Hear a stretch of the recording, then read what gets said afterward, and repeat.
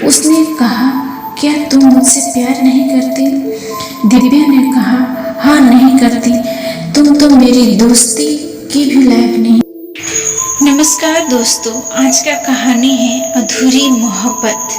प्रेम और दिव्या की। प्रेम और दिव्या दोनों कॉलेज के दोस्त हैं, फिर भी अधूरी मोहब्बत क्यों होगी? चलिए कहानी में जानेंगे हम। दिव्या नाम है इसका, एक आम सी लड़की जिसकी ख्वाहिश बहुत कम थी, बहुत ज़्यादा कम। उसने हमेशा समझौता किया था अपने अरमानों से। यह कहना चाहिए कि उसने अपनी ज़िंदगी की सबसे बड़ी ख्वाहिश से समझौता कर लिया था।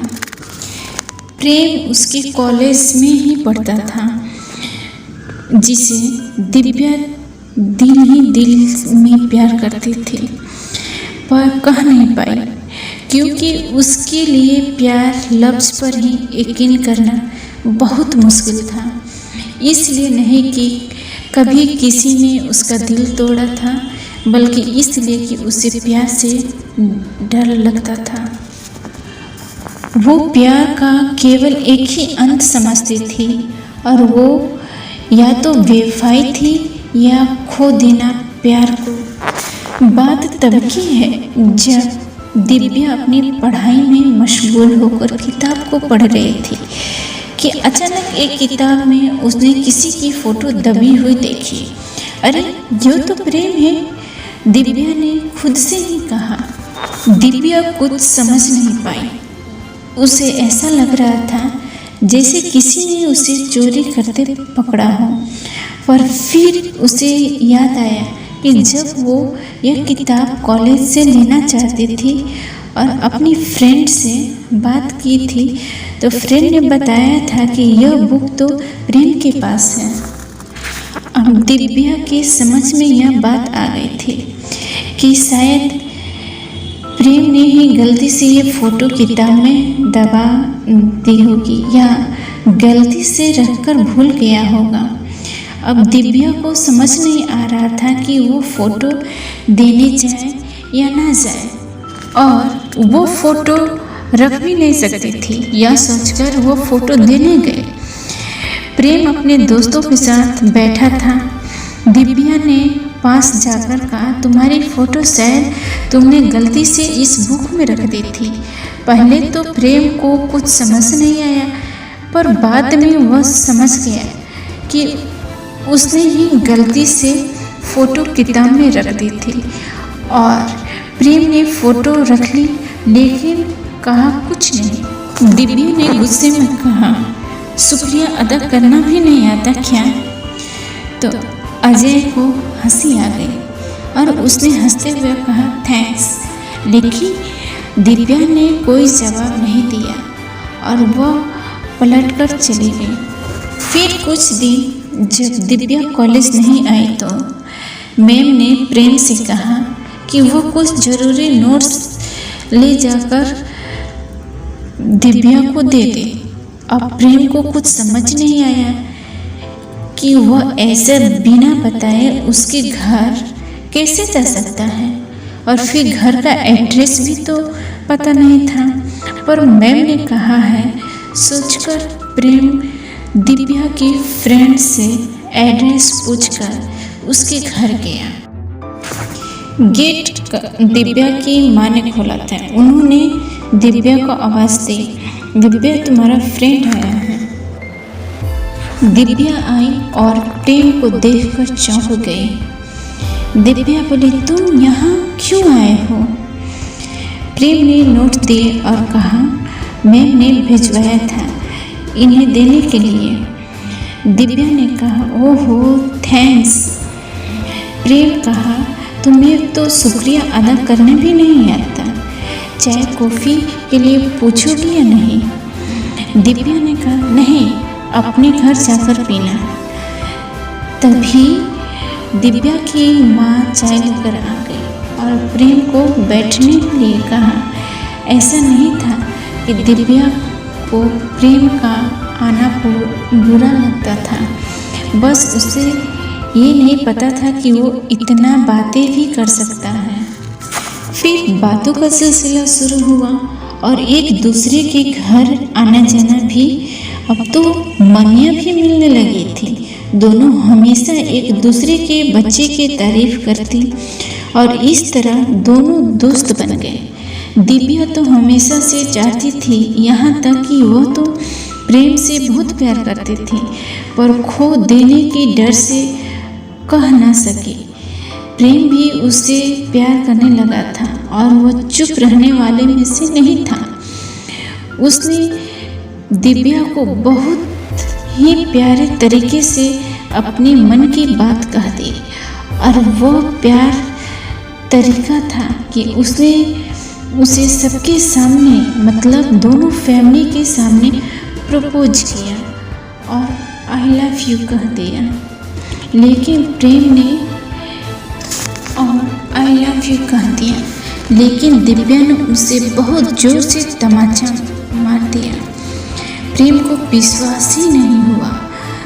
उसकी आंखों में आंसू आ गए। उसने कहा, क्या तुम मुझसे प्यार नहीं करती? दिव्या ने कहा, हाँ नहीं करती। तुम तो मेरी दोस्ती की भी लायक नहीं हो। मेरी नज़रों के आगे से दूर हो जाओ और फिर कभी सामने मत आना। ना प्रेम कुछ समझ पा रहा था और ना और कोई। दिव्या अपने रूम में जा चुकी थी और प्रेम भी अपने परिवार के साथ चला गया। प्रेम के मन में हजारों सवाल थे, पर वो किससे पूछता? वो दिव्या को भूल जाना चाहता था, पर मुमकिन नहीं था। वह नफरत करना चाहता था, लेकिन हो नहीं पाता। उसने उस दिन के बाद दिव्या से मिलने की बहुत कोशिश की, पर हमेशा दिव्या नहीं मिली और ना कॉल ही किया। और कुछ दिन निकल गए। प्रेम टूट चुका था। वो जानता था उसका प्यार सच्चा है, फिर भी क्यों दिव्या ने ऐसा किया? वो हर बात उससे शेयर करती थी, लेकिन इसकी वजह क्यों नहीं बताई और बिना कुछ कहे उसे तमाचा मार दिया? उसकी गलती क्या थी? वो जानता था दिव्या खोने से डरती है, लेकिन यह वजह नहीं हो सकती। इसकी भी उसे पूरा यकीन था। उसने दिव्या को रोज एक ही मैसेज किया कि वो बस 1 मिनट के लिए बात कर ले, बस 1 मिनट के लिए बात कर ले या फ़ोन उठा ले। लेकिन दिव्या को मैसेज का जवाब कभी नहीं मिला। अब प्रेम हर हाल में जवाब चाहता था। उसने ठान लिया कि वो दिव्या से मिलकर ही रहेगा। इस बात को बहुत दिन हो चुके थे और 1 महीने में बस 3 दिन रह गए थे। प्रेम अगले दिन दिव्या से किसी तरह मिलने के लिए घर से निकल गया। वो अपनी कार में बैठा कुछ सोच रहा था। अचानक प्रेम को दिव्या की मां दिख गई। वो उनके पास गया और पूछा, दिव्या कहाँ है? उन्होंने बताया कि जिस दिन वो वाक़या हुआ उसके अगले दिन ही वह मुंबई चली गई थी। उसने हमारे सवालों का भी जवाब नहीं दिया, क्योंकि इतना तो मुझे भी पता है और उसके पापा को भी कि वो तुमसे बहुत प्यार करते हैं। लेकिन फिर अचानक क्या हुआ, क्यों उसने ये सब किया, किसी को नहीं पता। ना वो हमसे ही कुछ कहती है, यहाँ तक कि उसने हमसे बात करना छोड़ दिया है, ना हमें उसके पास जाने देती है। बहुत रोई थी वो उस रात, लेकिन फिर एकदम खामोश हो गई। इतना सब कुछ सुनने के बाद प्रेम को ऐसा लग रहा था कि वो 7वें आसमान पर है। उसे आज ये पता चला कि वो भी उससे प्यार करती है। उसके लिए वो रोई थी। उसने कहा, आंटी मुझे यकीन था कि वो मुझसे प्यार करती है, पर आज इस बात का पता चला है। कहाँ है वो? मुझे आप एड्रेस दे दो, मैं आज ही वहाँ जाऊँगा। और एड्रेस लेकर वो निकल गया। फ्लाइट से जाने के कारण उसे ज़्यादा टाइम नहीं लगा। वो आज इतने दिन बाद बहुत खुश था। वो पूरे टाइम दिव्या को सोचता रहा। हर जगह उसे दिव्या दिख रही थी। रात हो चुकी थी। वो एड्रेस वाली जगह पर पहुंच गया। मुंह पर कपड़ा रखे और नीचे सिर किए एक लड़खड़ाती हुई लड़की ने गेट खोला और गेट खोलते ही वो प्रेम की गोद में गिर गई। प्रेम ने देखा यह तो दिव्या थी। ब्लड ही ब्लड था कपड़ों में। वो घबराकर उसे हॉस्पिटल ले गया, लेकिन फ़ायदा नहीं हुआ क्योंकि डॉक्टर ने कहा उनके पास ज़्यादा वक्त नहीं है, सिर्फ एक दिन है। प्रेम बिखर चुका था। उसने कहा दिव्या को क्या हुआ है डॉक्टर? डॉक्टर ने कहा इन्हें ब्लड कैंसर है। प्रेम बहुत रोया। वो बेहोश दिव्या को देखता रहा। जब दिव्या को होश आया तो उसने दिव्या से कहा मुझे बताया क्यों नहीं? दिव्या ने कहा बहुत देर हो चुकी थी। दिव्या मेरे पास बस 1 महीना ही था।